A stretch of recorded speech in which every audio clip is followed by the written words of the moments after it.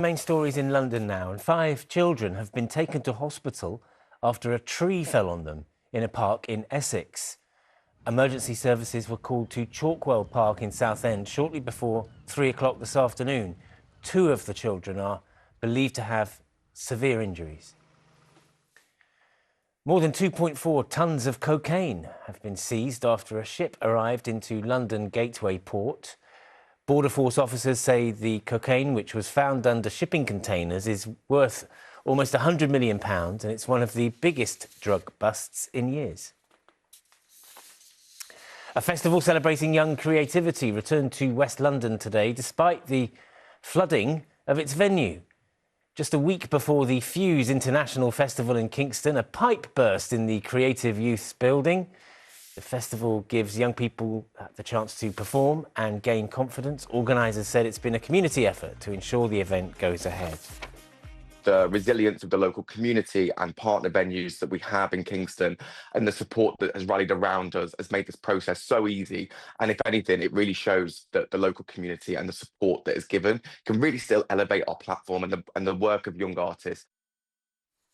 Sam Innes has spent the last couple of years in his dream job at a luxury West End hotel. Sam, who's from Chalk Farm, has Down syndrome and had previously been rejected by many potential employers. Now he's calling for more visible workplace role models for people with learning disabilities. Rags Martell went along to meet him. Hello, excuse me. It's a job and a message. How are you this morning? Sam Innes has Down syndrome, Okay. but wants to show everyone that's no barrier to work. So 1 flat white, 1 single espresso. Okay. You're welcome. What's it like working here? It is amazing to work here. Every staff member is friendly and supportive, and I like interacting with the guests. I've been working here for 3 years. That's a long time. Yeah. How hard was it for you to get a job? At first it was a little bit challenging, it's difficult. It's actually extremely rare to see people with learning difficulties in the workplace, and Sam knows he's a role model.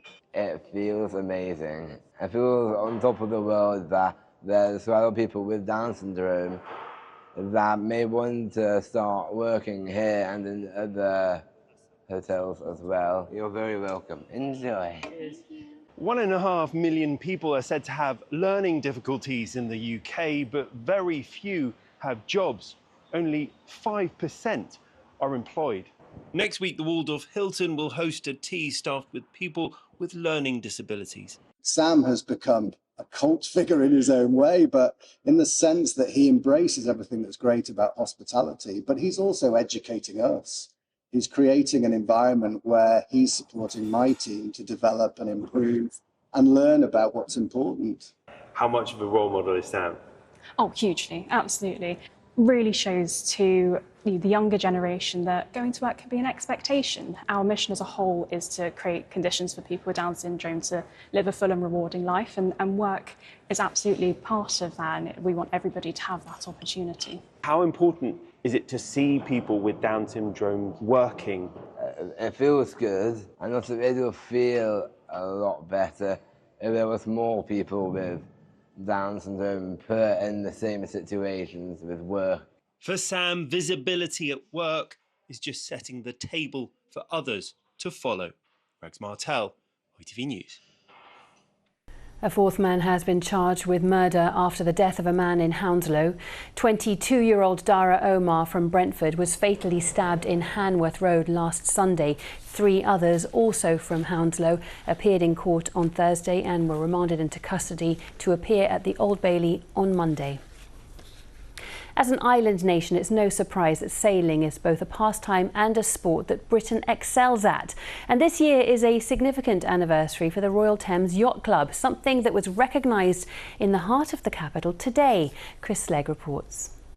Quite a spectacle on the river this afternoon.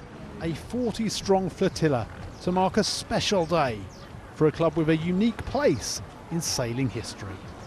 On his boat, Viveka, London entrepreneur Sir Keith Mills. The Royal Thames Yacht Club is the oldest yacht club in the world, and the first ever yacht race was on the River Thames in 1775. And today, this weekend, this year, we're celebrating 250 years of sailing. And as the Royal Thames Yacht Club has been responsible for many of the rules of sailing, we're having a sail up the River Thames. 20-year-old Chris from Tottenham is taking part in his first event of this kind. I got into sailing because of my school. It's called Craig Street Academy. And my teacher, John Holt, he ran a big sailing programme. So he was driving minibuses down to Southampton, like basically every other weekend. And yeah, I fell in love with it. It was a big passion of mine. And yeah, now I'm on Keith Mills' boat. So yeah, it's pretty cool. The future for the sport is really positive. It is a great sport, and you know, part of doing this is to encourage more people to take it up. After a 6-mile journey up the Thames, a fitting tribute